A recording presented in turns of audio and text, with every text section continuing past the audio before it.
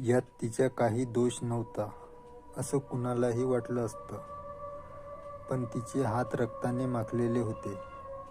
तिच्या ओठावर पसरलेलं रक्त पाहून असं वाटत होतं की जणू तिने एखाद्या ड्रॅक्युलाप्रमाणे त्याचे रक्त पिण्याचा प्रयत्न केला असावा. तिचा तो अवतार भयानक असाच होता. पोलीस सुद्धा हैराण झाले होते हे असलं दृश्य पाहून. त्यांनी त्यांच्या उभ्या आयुष्यात कधी पाहिलं नसावं. तुम्ही जर हे दृश्य पाहिलं असतं तर तुमच्या थरकाप उडाला असता. ही 10 वर्षाची चिमुरडी एखाद्या चेटकीनसारखी भासत होती. तिची नजर अगदी स्तब्ध होती. महिला हवालदार तिच्याशी बोलण्याचा प्रयत्न करत होती, पण ती हो नाही की चू नाही, केवळ शून्यात पाहत होती. काय घडलं असेल आदल्या रात्री हे जाणून घेण्याची सर्वांनाच उत्सुकता होती.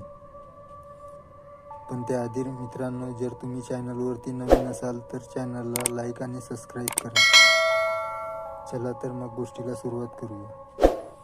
सविताने श्यामलीला या अवस्थेत पाहिलं तेव्हापासून ती धक्क्यातून सावरली नाही.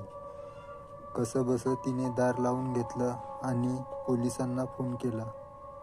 श्यामली लहानपणापासूनच जरा विचित्र वागत असे, पण ती शारीरिक आणि मानसिक रीतीने सुदृढ आहे असे डॉक्टरचे म्हणणं होतं.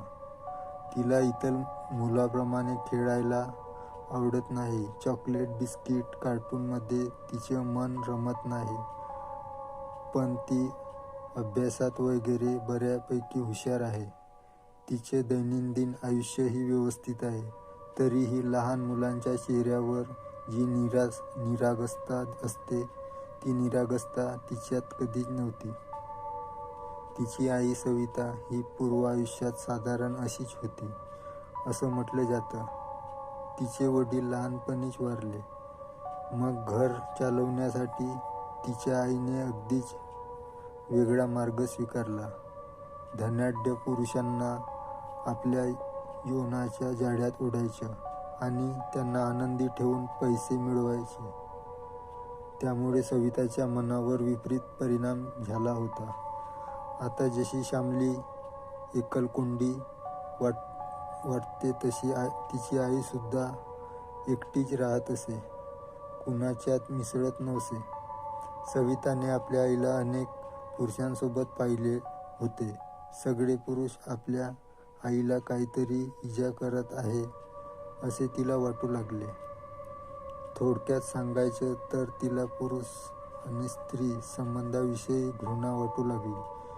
ती हळूहळू मोठी होऊ लागली. आता तिने कॉलेज जीवनात प्रवेश केला होता. सविताची आई फार सुंदर होती. तिचे ते सौंदर्य सविताला प्राप्त झालं होतं. तिला पाहता क्षणी स्खलन व्हावं इतकी ती मादक होती. मधाळ जनुरती. कॉलेज जीवनात प्रवेश केल्यानंतर तिच्या सौंदर्यावर घायाळ होणारे अनेक जण होते.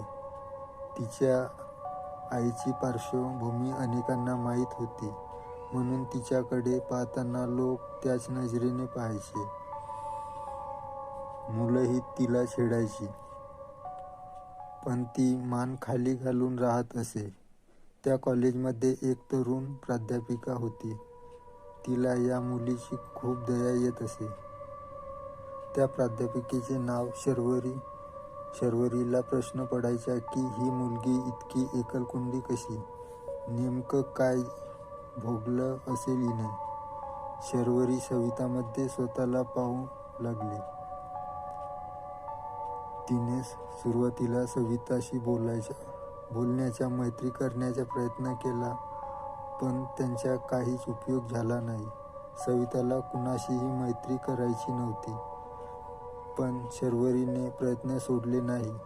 एकदा एक मुलगा सविताच्या खूप मागे लागला होता. रात्री अपरात्री तिला फोन करून मेसेज करून त्रास देत होता. सविता खूप घाबरलेली असायची. शर्वरीने हे ओळखलं आणि सविताच्या तोंडून वेधून घेतलं. शर्वरीला जेव्हा कळलं की एक मुलगा तिला त्रास देतोय, तेव्हा शर्वरीने सवितासमोर त्या मुलाचा समाचार घेतला. अगदी त्याला प्रिन्सिपल समोर उभं केलं. ते प्रकरण तिकडेच शमलं. पण एक नवीन प्रकरण सुरू झालं. शर्वरी आणि सविता खूप चांगल्या मैत्रिणी झाल्या. सविता शर्वरीच्या घरी जाऊ लागली. शर्वरी घरी एकटीच राहायची. ती दिसायचीही विलक्षण. म्हणजे ती सुंदर होती, आकर्षक होती, यात शंका नाही. इतरांना तिच्याबद्दल आकर्षण वाटत असे, पण ते आकर्षण जरा भीतीदायकच होते. म्हणजे कॉलेजमध्ये तिच्याबद्दल चर्चा रंगत असे की ती जादूटोणा वगैरे करते, असा काही लोकांचा अंदाज होता. पण तिचे कॉलेजमधलं वर्तन अतिशय सभ्य होतं. ती एक चांगली प्राध्यापिका होती, पण सहसा कुणी तिच्या वाटेला जात नसे. आता सविता तिच्या वाटेला गेली होती. सविता किशोरवयीन, अति सुंदर मुलगी. तिचे सौंदर्य शर्वरीच्या मनात तिच्या कॉलेजमधल्या पहिल्या दिवसापासूनच भरलं होतं. तेव्हाच तिने ठरवलं की काही करून हिला मिळवायचं. शर्वरी सविताच्या प्रेमात अखंड बुडाली होती. सविताला स्त्री-पुरुष संबंधाबद्दल आधीपासूनच घृणा वाटत होती. म्हणून शर्वरीच्या जाळ्यात ती सहजपणे फसली गेली. रोज कॉलेज संपल्यावर दोघे एकत्र शर्वरीच्या घरी जात, गप्पा मारत, मजा करत, टीव्ही बघत आणि शरीर सुखाचा परमोच्च आनंदसुद्धा घेत. दोघांनी एकमेकांना वचन दिलं की काहीही झालं तरी एकमेकांना सोडून जायचं नाही. या दुष्ट दुनियेत त्यांचं एकमेकांशिवाय कुणीच नाही, अशी धारणा दोघांचीही झाली होती. पण हळूहळू सविताला शर्वरीचा कंटाळा येऊ लागला. कारण ती स्त्री कमी आणि पुरुषच जास्त होती. शय्येवर सविता स्त्री आणि शर्वरी पुरुष अशी भूमिका ते निभवायचे. पण सविताला पुरुषाची घृणा वाटत होती. दुसरं कारण म्हणजे शर्वरीचं विचित्र आणि विक्षिप्त वागणं. ती जादूटोणा करीत असे, अशी चर्चा कॉलेजमध्ये रंगत होती. ते अगदी खरे होते. तिने अमर होण्यासाठी प्राण्यांची बळी दिली होती.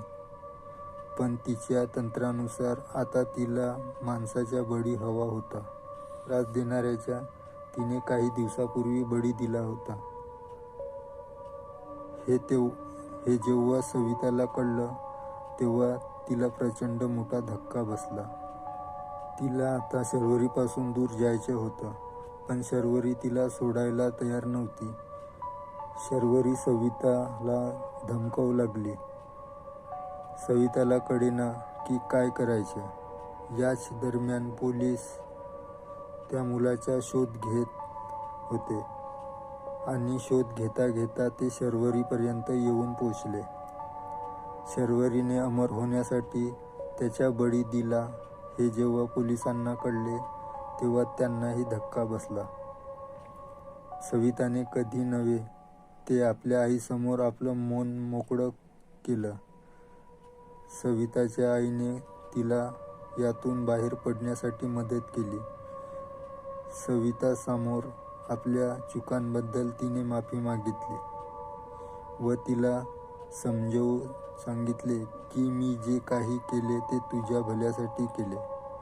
तुला कशाची कमी पडू नये म्हणून केले. माझे शिक्षण झालं नाही. नवरा अगदी तरुणात सोडून गेला. पदरात तू होतीस माझ्यात कोणतेही गुण नव्हते. होते ते केवळ सौंदर्य. सविताला आपल्या आईचे म्हणणं पटू लागलं. हळूहळू पुरुषांबद्दल तिची घृणा कमी होऊ लागली. मानसोपचार तज्ज्ञांच्या मदतीने ती यातून बाहेर पडली. त्याआधी काही विचित्र घटना तिच्या आयुष्यात घडून गेल्या होत्या. म्हणजे तिने शर्वरीच्या विरोधात कोर्टात साक्ष दिली होती. शर्वरी मात्र कोर्टात सविताकडे एकटक पाहत होती. तिचे सवितावर मनापासून प्रेम होतं. ती भयंकर विचित्र होती हे खरंच, पण तिचं प्रेमही खरं होतं. शर्वरीला जन्मठेपेची शिक्षा झाली, पण शर्वरीने काही दिवसांतच तुरुंगात आत्महत्या केली. सविता आता मूळ प्रवाहात येऊ लागली. शर्वरी हे पान तिने आपल्या आयुष्याच्या पुस्तकातून कधीच फाडून चुरगळून फेकून दिलं होतं. ती आता नॉर्मल झाली होती.